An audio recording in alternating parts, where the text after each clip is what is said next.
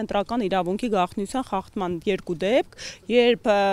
քաղաքացին հրապարակայնորեն ցույց է տվել այն քվեաթերթիկը, որը ընտրում է, դուք գիտեք, դա քրեական օրենսգրքով նախատեսված հանցավոր արարք է, անգամ իր ընտրության իրավունքը քաղաքացին իրավունք չունի հրապարակել տեղամասային կենտրոնում, դա որակվում է որպես քարոզչություն։ Ունեցել ենք եւս մեկ դեպք, որը ցույց չի տվել, բայց հրապարակել է, թե որ քաղաքական ուժին է ցանկանում իր քվեն տա, ունեցել ենք իրավիճակ, որ քաղաքացին քվեաթերթիկները վերցնելուց հետո հրապարակային դրանք պատրել է, հեռացել է, հետո վերադարձել է տեղամասային կենտրոն, կրկին ցանկություն է հայտնել այնուամենայնիվ իր ընտրական իրավունքը իրականացնել։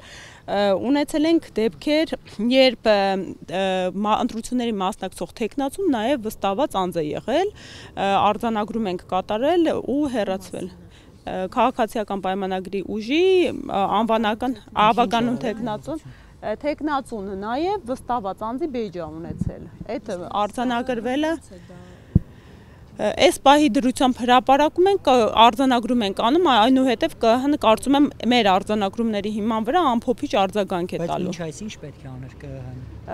Քանի որ խնդիրը լուծվել է, տեսեք, դիտորդը արձանագրել է փաստը, մենք կենտրոնական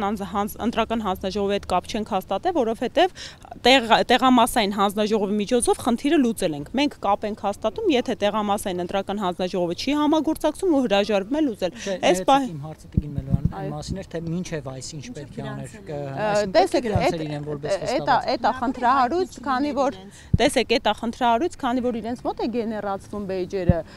կարծում եմ հնարավոր է տեխնիկական խոտանա, որովհետև պետքա նույնականացվեր անձը, հա, չէր կարող